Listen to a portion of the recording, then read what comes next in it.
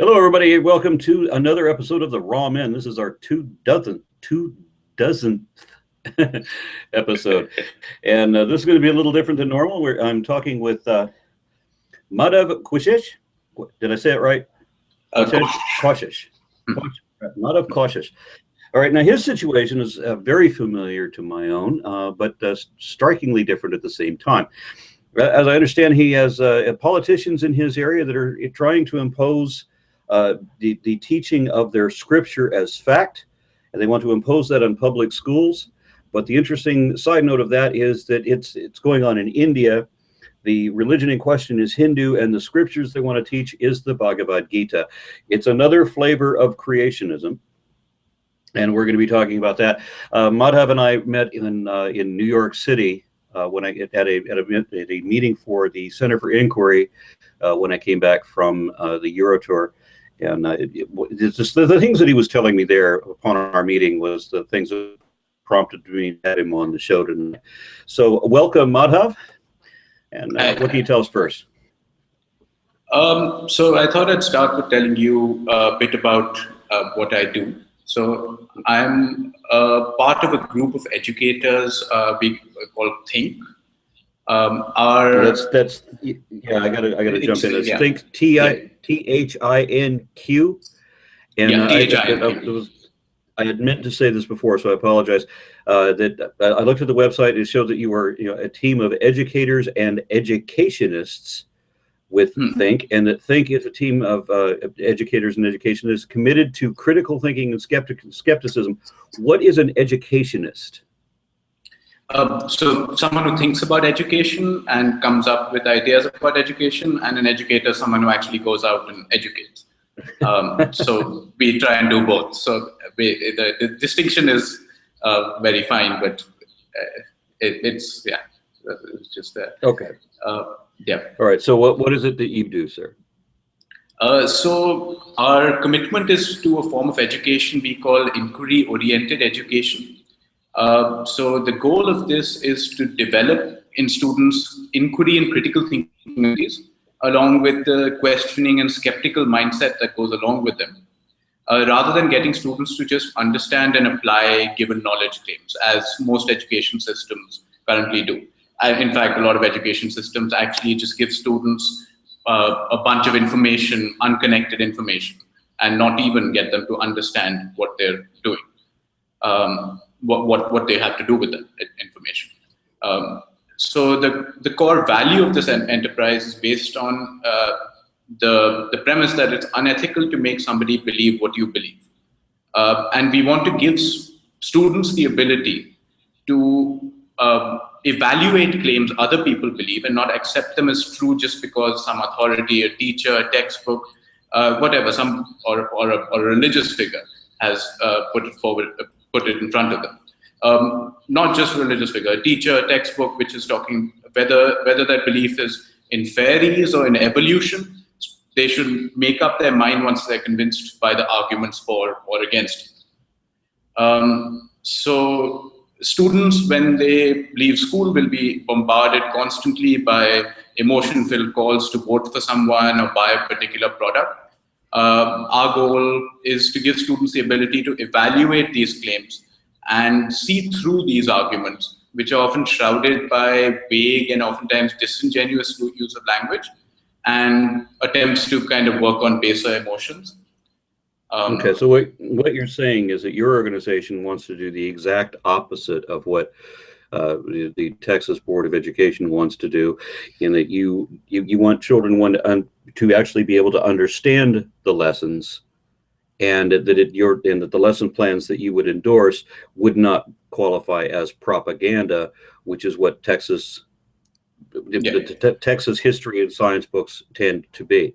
Matter of fact, I just discovered right now that the Texas Board of Education is going to be chaired by our new governor. Our new governor has appointed a chair that is identified as a Christian homeschool extremist from Liberty University, and that the other religious extremists on the board are considering that a bad decision because of how extreme this person is. This is what we expect in Texas. Yeah. And so you're saying that go ahead.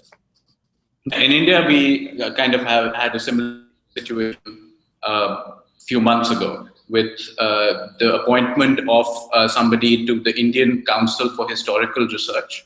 It's the national body for for historians to get together and do research. Therefore, they get funding, etc. from there.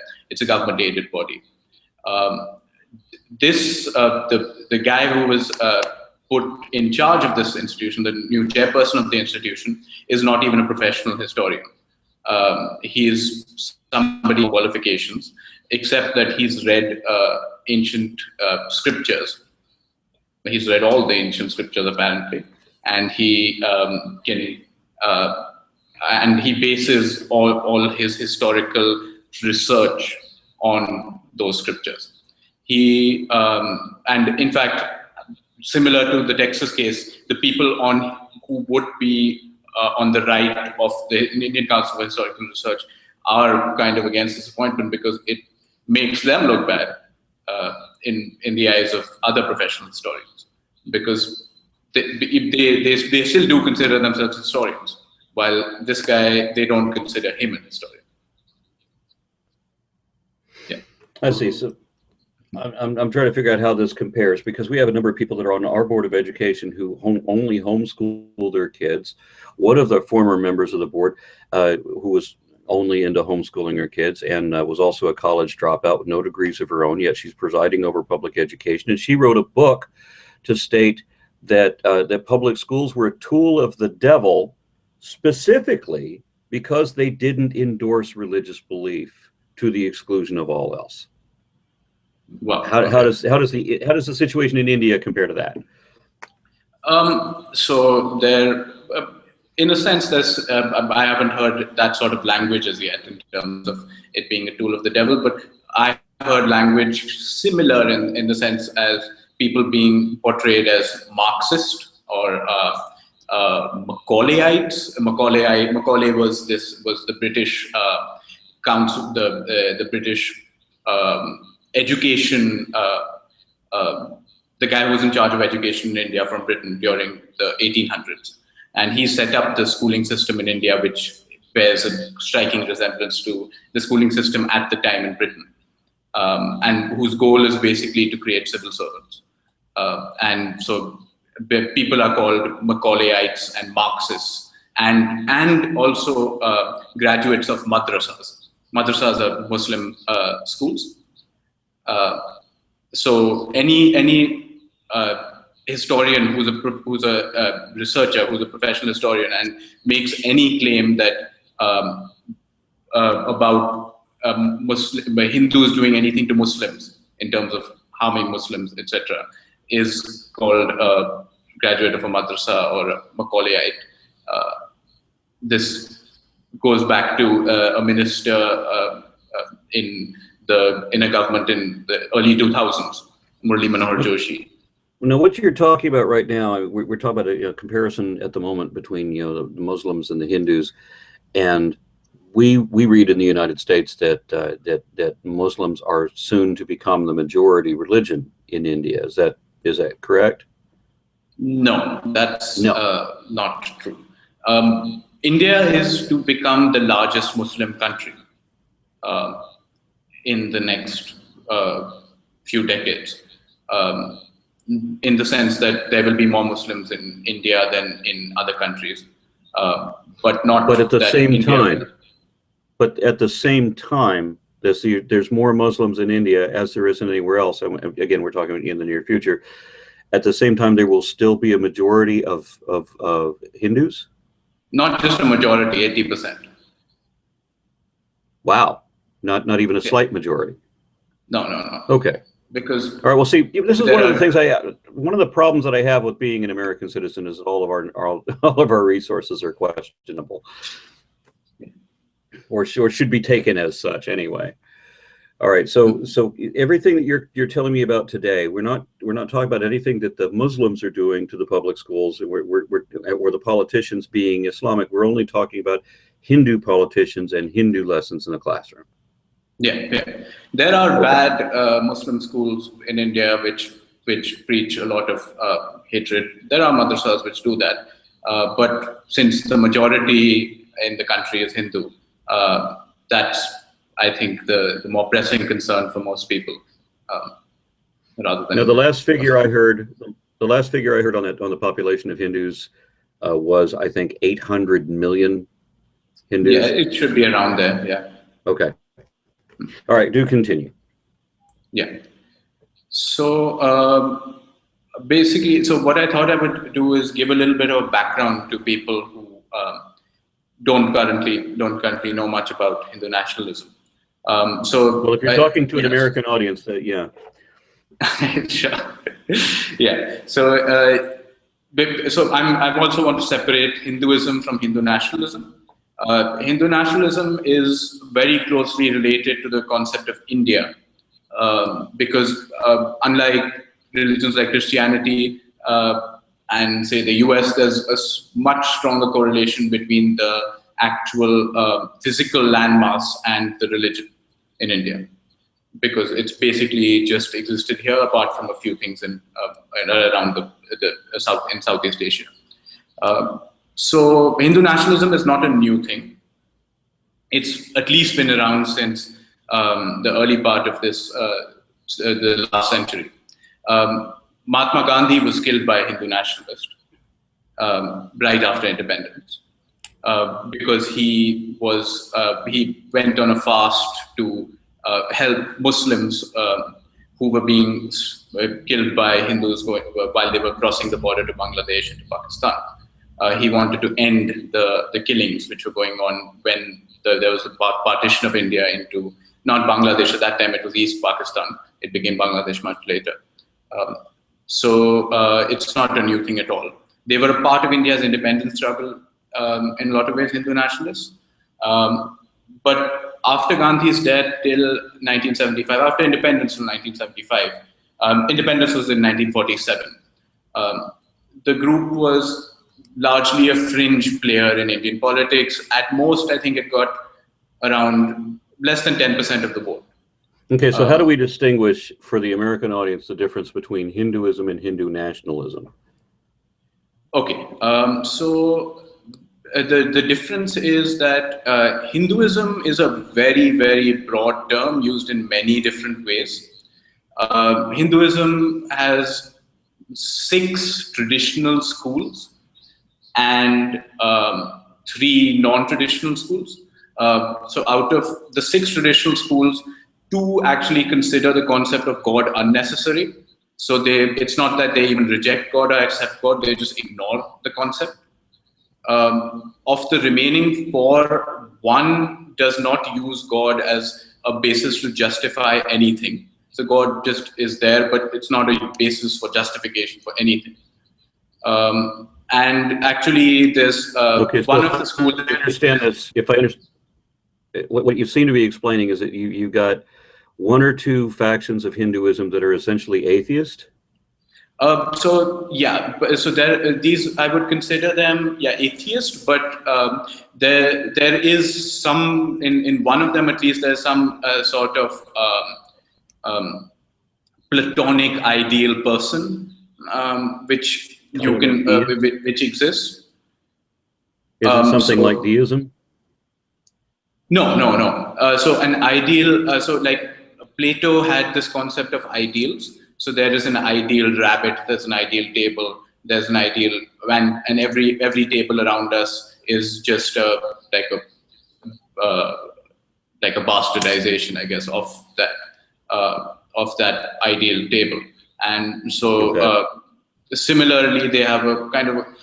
It's not exactly the same as that, but you could say it's kind of similar. Higher beings, human beings, higher mortal. Not God.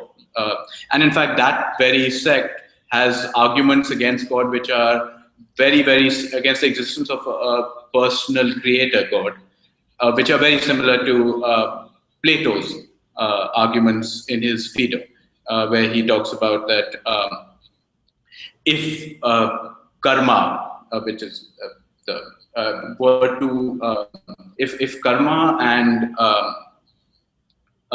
does karma, Are you saying there's some problems with the recording, I think, with the microphone, but are you saying karma?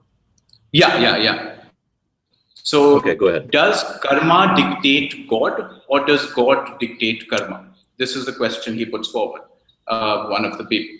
And so if karma dictates God, then God is useless, right? Then karma decides everything. So why do you need God? If God dictates karma, then God is not following a code. God is being random, or God is being avaricious, being desireful, so deciding to do something.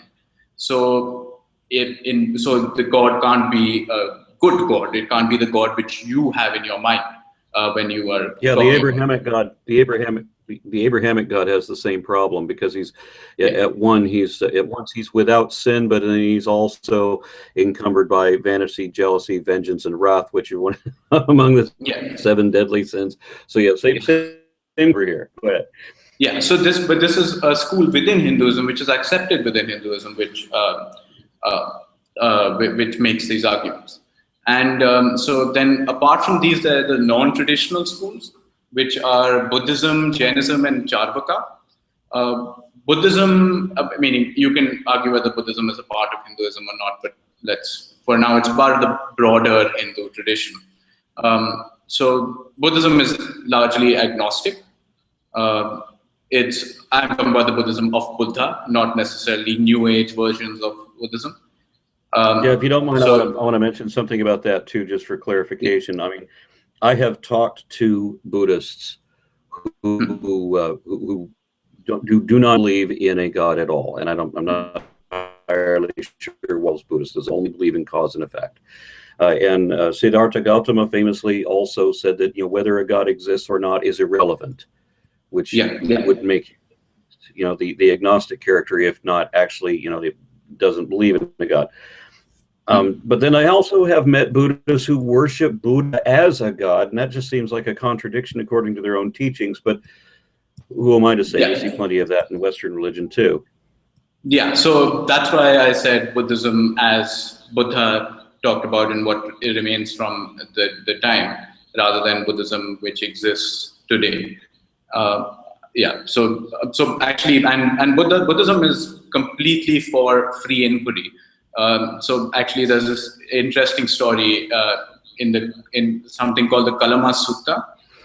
So someone approaches Buddha and says that I talked to a bunch of sages and asked them questions.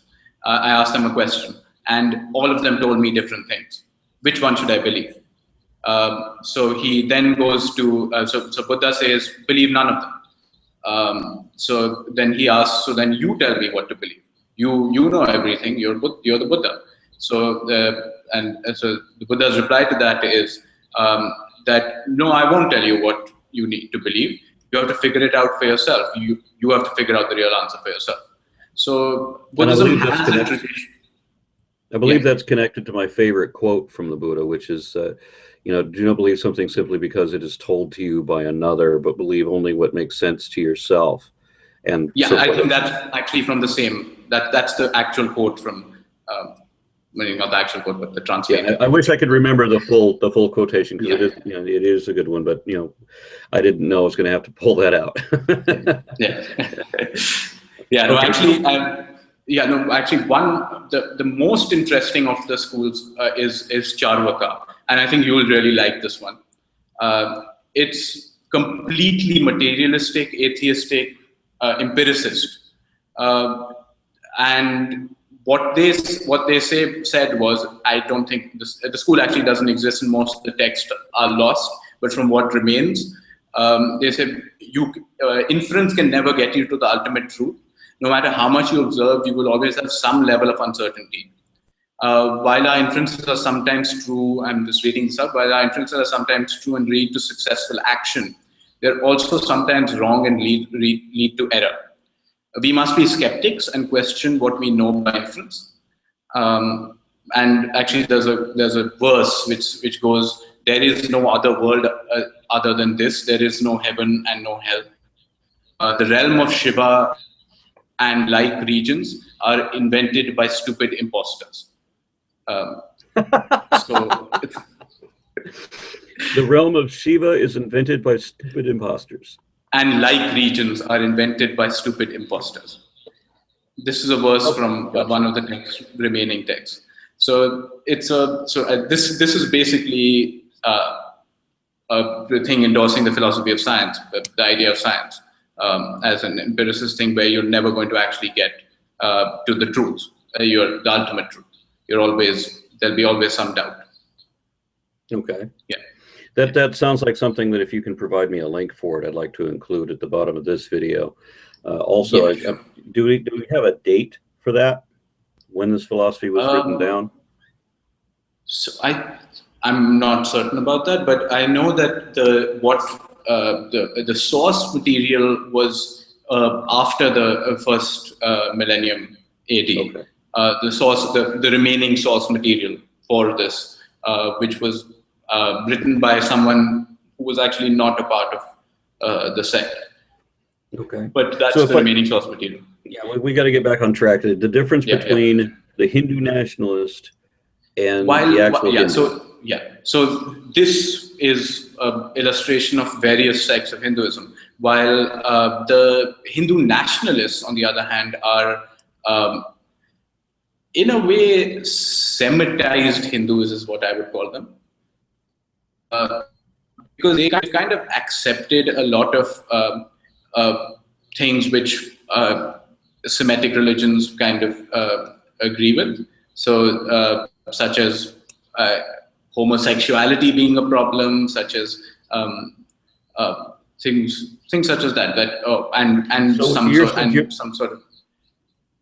Let me see if I can summarize that. So, what you're describing as Semitized Hinduism is Hinduism that adopts like right-wing conservative Western Abrahamic religious values, whether it's Muslim or Hindu or Zionist or what have you, where they're opposed to homosexuality. Perhaps they deny climate change as well.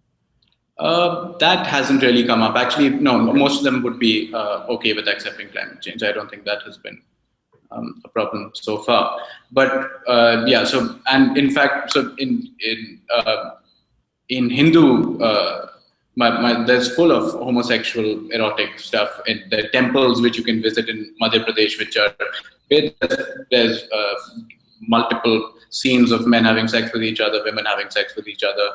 In fact, some bestiality as well on the walls of the temple, carvings on the walls of the temples. So, and the Kama Sutra also talks about homosexuality, and so it's a little bit. While I was thinking about this podcast, I was trying to figure out where they got their ideas from. I have not been able to find where they got this aversion to homosexuality from. So they don't have within Hinduism. Within Hinduism, they don't have any kind of a scriptural basis. So in a sense that what I was able to find was in one of the codifications of laws, by having a man having sex with another man, the penance they have to pay is have a bath with your clothes on. Wow. Yeah. Okay. So that was the closest thing I could find. Maybe there's other things. I haven't been able to find them in the last couple of days while I was looking. This was what I was able to find. Yeah. Okay. So how do the Hindu, or did we even clearly define what the difference was? The Hindu nationalists are the ones that are more closely resemblant to the American religious right, I guess would be the summary statement. Yeah. Though not in all of their capacities, just in some of their apparently adopted prejudices that are not part of their ancestral traditions and do not have scriptural backing. At least scriptural backing, which I've been able to find so far, but no, I appreciate, doesn't seem to be any. Yeah. I appreciate what you said about Hinduism being a very broad term. And when I talk about Hinduism, as I understand it, I have to specify that I'm only talking about Bhakti Hinduism, which was the only form of Hindu creationism that I've ever come across, where they actually, and I've talked to a number of Bhakti Hindus who actually do, express, where describe themselves as being very much like Christian fundamentalists in the way that they want the Bhagavad Gita to be taught with the veracity of, an infallible scripture. And as a matter of fact, His Divine Grace, A.C. Bhaktivedanta Swami Prabhupada, also talked about, how the Bhagavad Gita was this infallible document that could contain no error to it.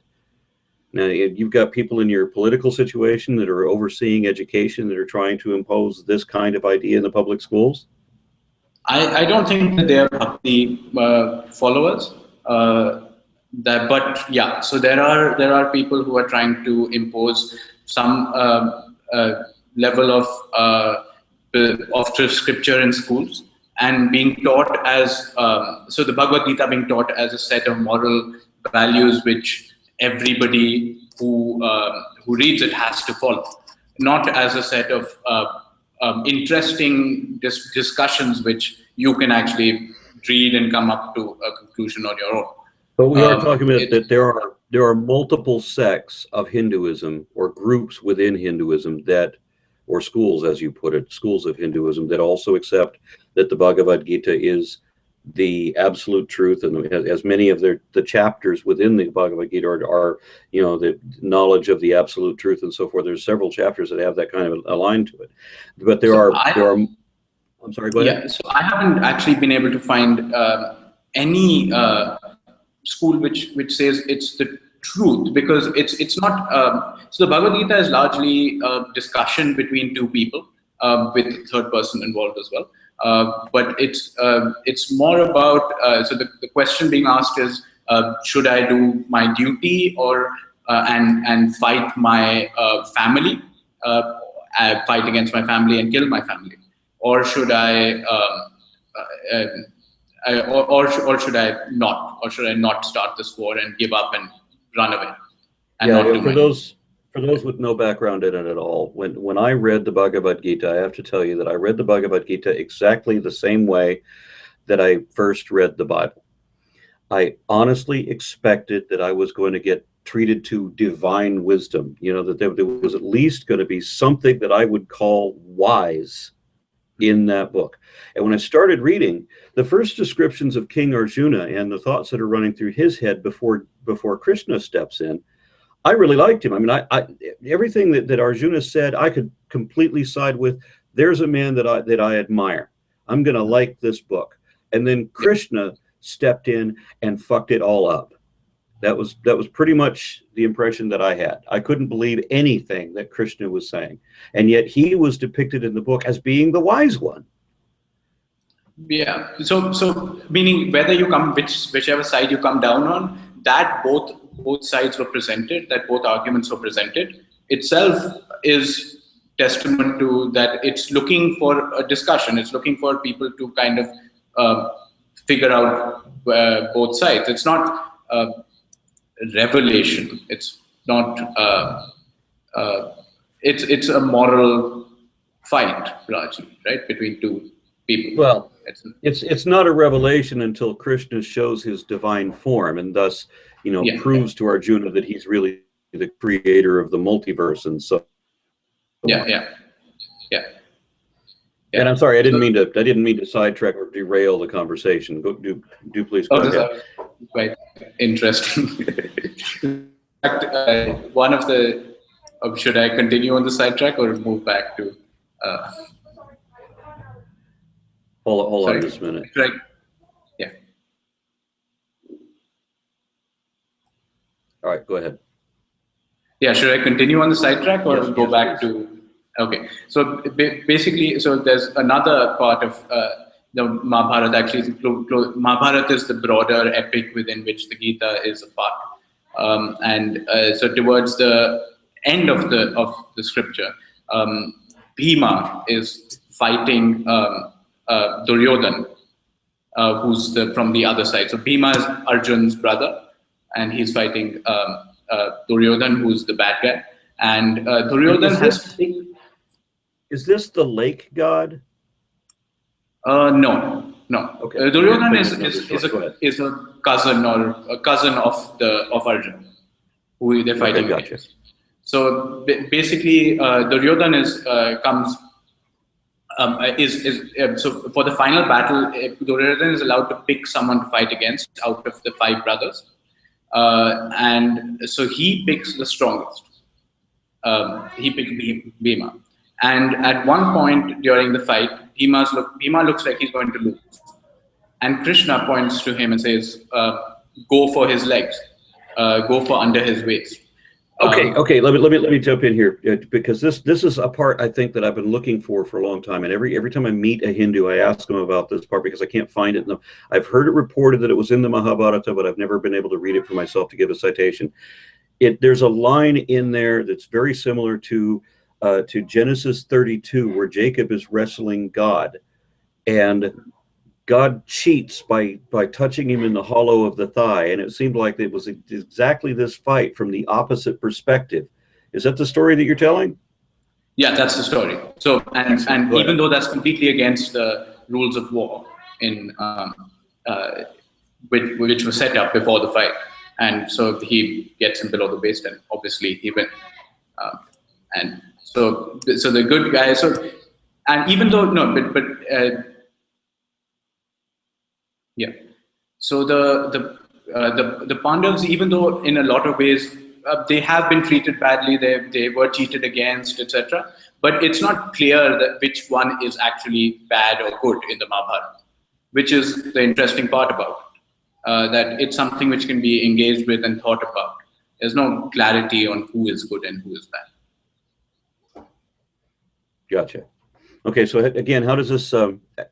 How do we relate to the Hindu nationalists and their imposition of essentially? So let's move off the sidetrack and kind of get back to that. So so a little bit. Go a little bit further into what the last few decades. After in 1975 is when these guys actually the political arm of the Hindu nationalist movement actually got some power, because they were part of a coalition against the ruling Congress party, Indira Gandhi. They were because she imposed a state of emergency in India. That means she had autocratic power over the people. And why was I'm sorry to keep interrupting you like this, but why? What authority did she have, or what reason did she have for declaring the state of emergency? Her reasons were really bad. They were about basically she was being attacked in the media. She was being attacked by opposition leaders, and that was kind of enough for her to. Her justifications were poor at best. And so she put forward the state of emergency, which lasted 2 years. And so what happened during that time is the entire opposition got together, including the Communist Party with the right wing, with the socialists, with everybody came together and formed a government after she ended emergency. She lost the election and they came in. And that's when the right, the Hindu right got its first actual power.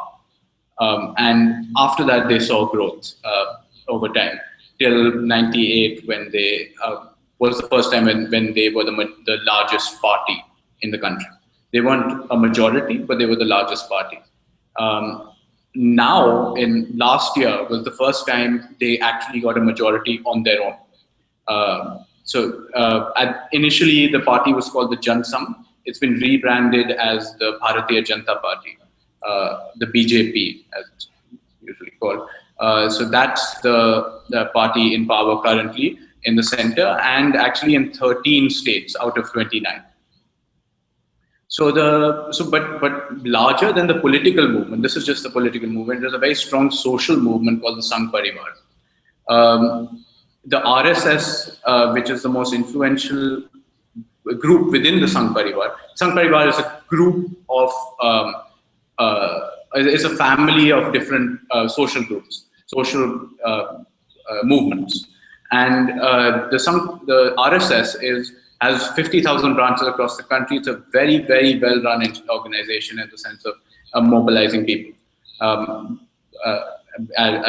and they have affiliated schools called Vidya Bharati, and over 13,000 schools across the country with 3 million students. And actually, so I thought I would read out some of the philosophical underpinnings of the education system Vidya Bharati has, which is from their website. Okay. I have done a little bit of cherry picking and picked the points which would interest you the most, but you can go on their website and read the entire thing. So the first one is the ultimate reality of this universe by whatever other names it may be called. God is eternal, omnipresent, omnipotent, and omniscient.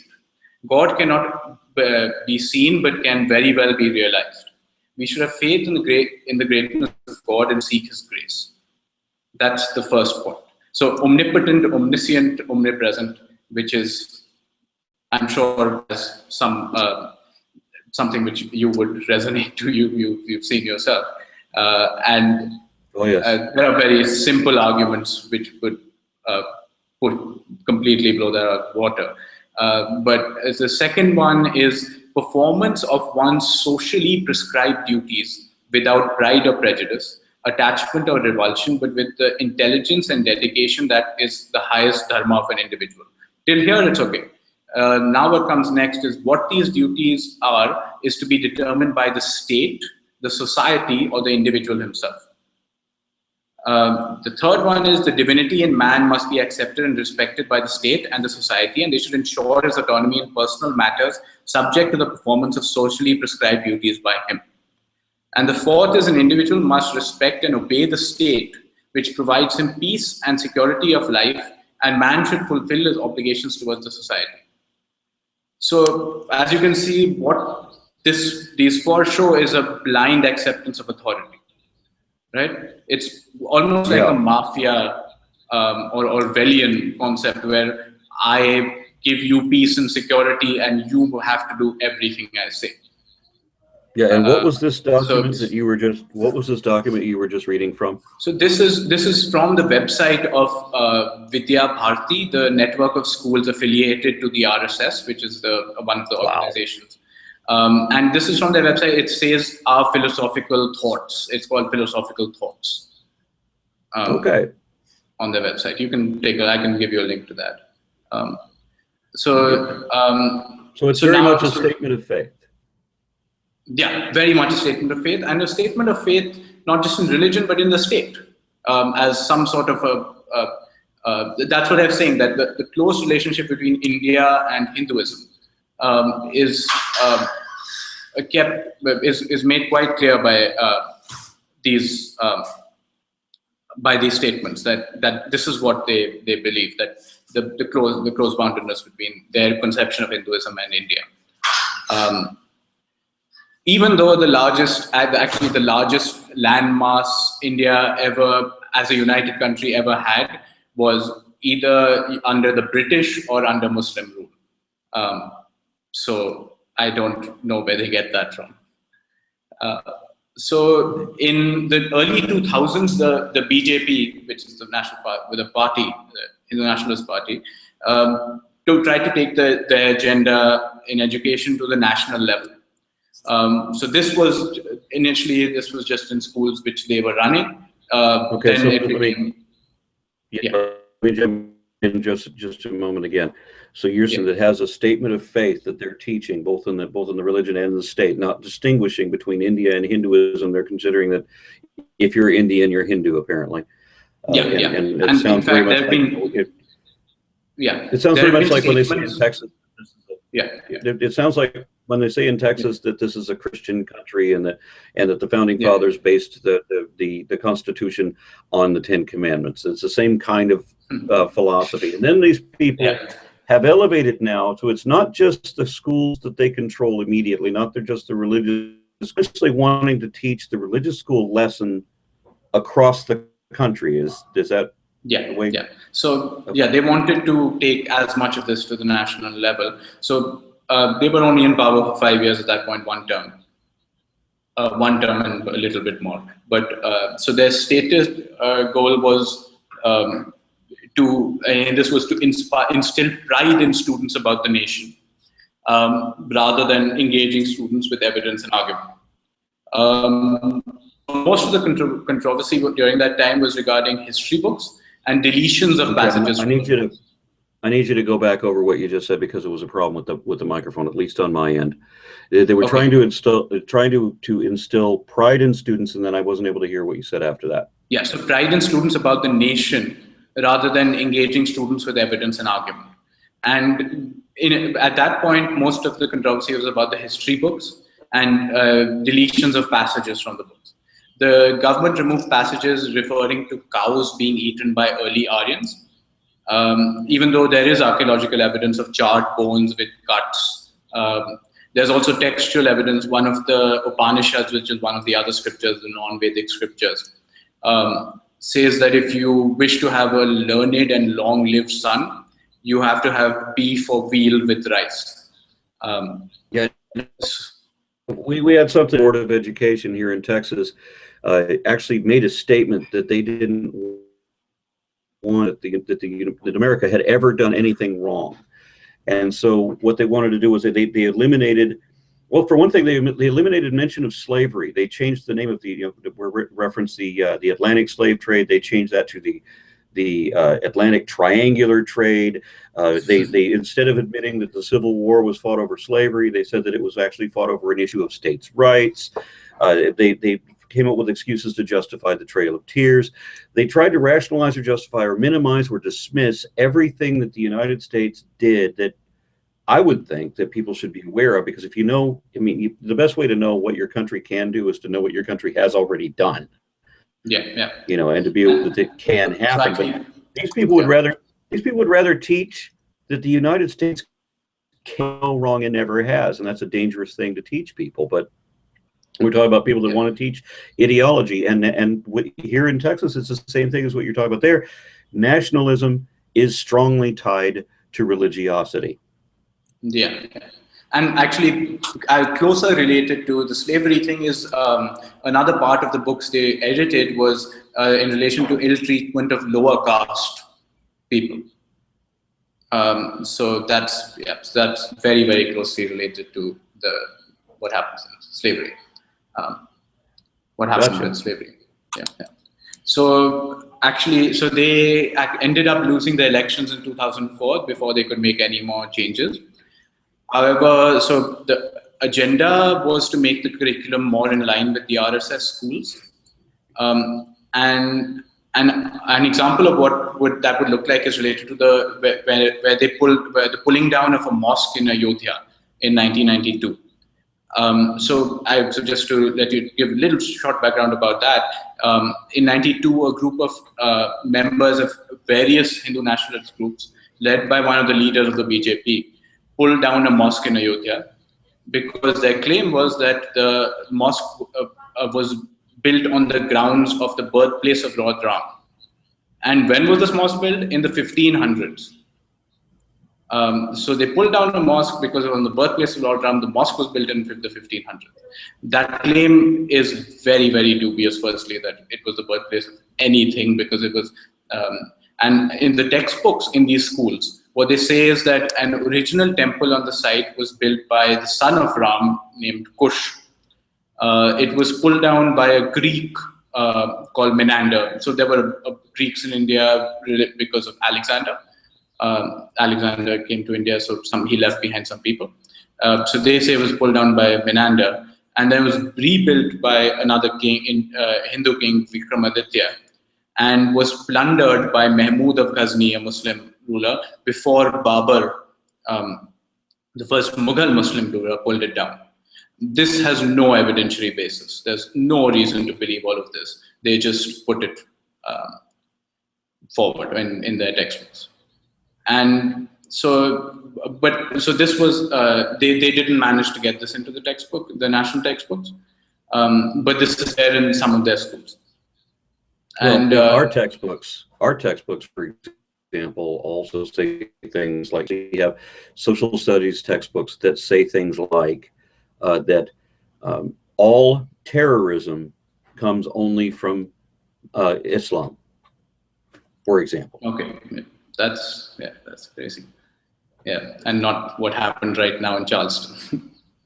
Exactly, because we're not allowed to refer to a Christian as a terrorist because we have to follow this doctrine where we teach that all terrorism comes from Islam. So the Oklahoma City bombing wasn't done by a representative of the Christian identity. You know, we don't have, you know, synagogues and abortion centers and all of these being attacked by groups that identify as Christian terrorist groups, because we have to pretend that Christian terrorist groups don't exist so that we can pretend that our history books have got it right, even though dozens of historians have told us that what we're teaching children is wrong. So actually, so what has happened in the interim between then and now is a lot of stuff has gone through state boards. So like the US, India has a level of federal structure. So states have some autonomy to decide what, not as much as in the US, but some autonomy to decide what their curriculum will be. So there were books in Rajasthan, in the state of Rajasthan in the early 2000s, which claimed that nuclear bombs were invented in India, in ancient time in India. Sorry. More recently, I gotta ask a question about this. I mean, so somebody is saying that the atomic bombs were invented in ancient India. Yeah, not just atomic bombs. Some more recent books in the state of Gujarat claim that, amongst other things, cars, televisions, stem cell research were invented in ancient India. Okay, and I recently saw an apologist, or not recently, but I did see an apologist who tried to argue that the way that they managed to get all the species onto Noah's Ark was that Noah's Ark was secretly a cryogenics lab and that everything was on board in test tubes in an embryo fashion. That's fantastic. Maybe any rationalization necessary. Yeah, maybe they got the technology from ancient Indians. Exactly. So tell me more about sorry? Hindu bombs. I want to hear these ancient Hindu bombs. I actually don't know much about that, but because it's from, I think it's from some of the epics where there were talks about large explosions which kill lots of people and things like that. So just because there's a description which kind of resembles what a nuclear bomb would do, they say nuclear bombs were invented in India. Similarly, cars and televisions, there were chariots which were driven without horses, hence their cars. And television, because someone abroad showed someone was able to see what was happening in a battle which was far away. So the assumption is that was done through television. Yeah, I got to make a correction though, because a chariot, contrary to popular opinion, a chariot only has two wheels. It only has two wheels and the bar that comes out to the middle that you attach to the two horses. So if you don't have horses, then you're going to stand that bar up and you're going to hold it with your hands like this. So what we're talking about is that the ancient Hindus actually invented the Segway. Oh, yeah, sure. Yeah. Okay, do continue. Sorry for the sidetrack. Yeah. So actually, there's one passage here in this book which will shock you. So this is it's quoted as being said by Dr. Radhakrishnan, the second president of India, but I have not been able to find any other thing which corroborates that he said it, and I don't think he said it. So Radhakrishnan went for dinner. There was a Briton at the event who said, "We are very dear to God." Radhakrishnan laughed and told the gathering, "Friends, one day God felt like making rotis. When he was cooking the rotis, the first one was cooked less and the English were born. The second one stayed longer on the fire and the Negroes were born. Alert, after his first two mistakes, when God went on to cook the third roti, it came out just right, and as a result, Indians were born." Okay. Yeah, that's shocking. Yeah. Yeah, I wouldn't say that I was shocked. Okay, so you're saying that I'm undercooked.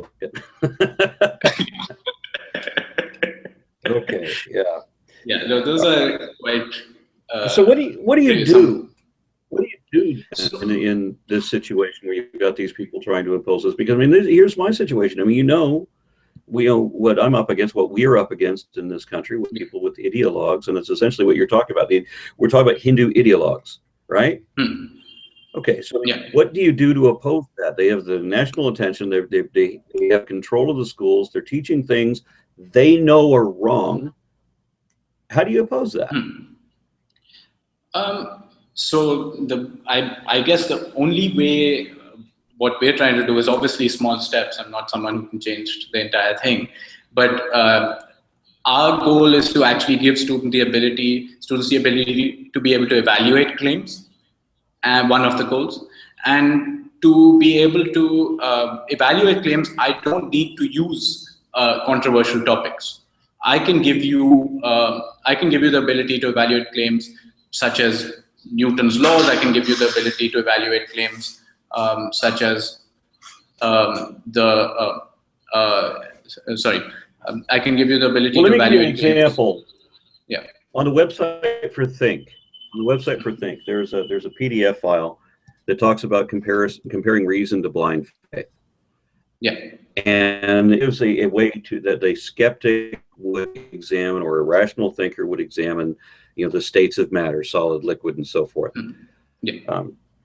It's for me the difference between faith and reason, using logic and evidence, is the difference between whether you want to believe something, even if it isn't true, and whether you just want to understand something. And so if you want to understand it, then you have to make sure that the knowledge that you have, that the data that you've received is accurate. And if it's not accurate, then it has no value.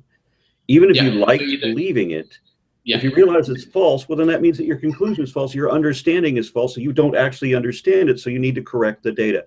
There do seem to be people that have a different mindset with a large proportion of what they think about, where they just want to hold on to that belief.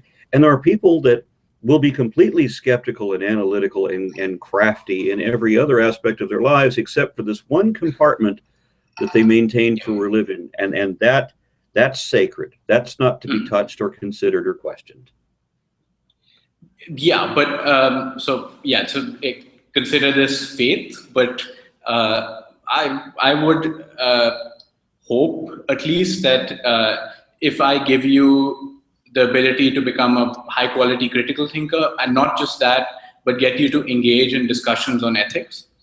So of the sort Peter Singer puts forward, those sorts of discussions, I would expect that you would move that thinking ability, all those things, into other domains as well. At least overtly. Maybe you have belief in something irrational, but you're not going to affect other people with that. Now, the treatise that your organization wrote about secular thinking, I really quite enjoyed the way that it explained the value of uncertainty, of not knowing whether you're right or not, and having to therefore test it, because of course, as a friend of mine, Peter Boghossian, said, faith is pretending to know what you don't know, and then going even further to assert that it is absolute truth, and therefore you can't possibly be wrong. Well, then how could you know if you're right? Well, then you have to be like a presuppositionalist and just pretend that you're right, and pretend that everybody knows that you're right. And so you ultimately end up lying to yourself, and that's all that is. What happens when you come from the perspective that you don't want to just lie to yourself, and you're not satisfied with just believing what you want to believe, because you need people who actually understand the way the world works in order to advance anything, in order to find the cure for cancer, in order to advance the next technology, in order to find a resolution for whatever pending problem your country has. This is why we should be training people in accurate information. And I don't understand why we in the United States aren't doing that. And I lament that it seems that they're trying to do the same thing in India. Yeah, that is unfortunate. But what I was saying was that my hope is that getting people to critically think in one domain will move to the other domain eventually, and working on examples which are not controversial. So the example I think you put forward was the solid liquid thing, the states of matter. So states of matter. It's a very interesting thing which always works very well with students and gets them to really think about what they understand. Because so what we ask them is that what is a solid, and the textbook says a solid is something which retains its shape and its volume. So then you ask a student, so that means a book is a solid, sure. A stone is a solid, sure. A grain of rice is solid, sure. But a handful of rice is a liquid, right? Because I put it into a container, it takes the shape of the container. So either you have to change your definition, or you have to accept that the grain of rice are liquid, or not solid, at least. Could be gas. Of course, the biggest problem. I'm sorry. Go ahead. Sure. So then soap bubbles are solid because they retain their shape. So given your definition initially, you have to accept all of these consequences, or you have to change your definition. Or you accept that soap bubbles are solid and grains of rice, a handful of rice is liquid. So, and then when you have these people proposing this, essentially the statement of faith is the first thing that they're going to teach. They teach, that God is omniscient and omnipotent and so forth. And there's never the question asked of how do we know that there's even a God to begin with? How do we know that if there is a God, that he is any of these things? How do we know, and if the first answer to that question. He isn't.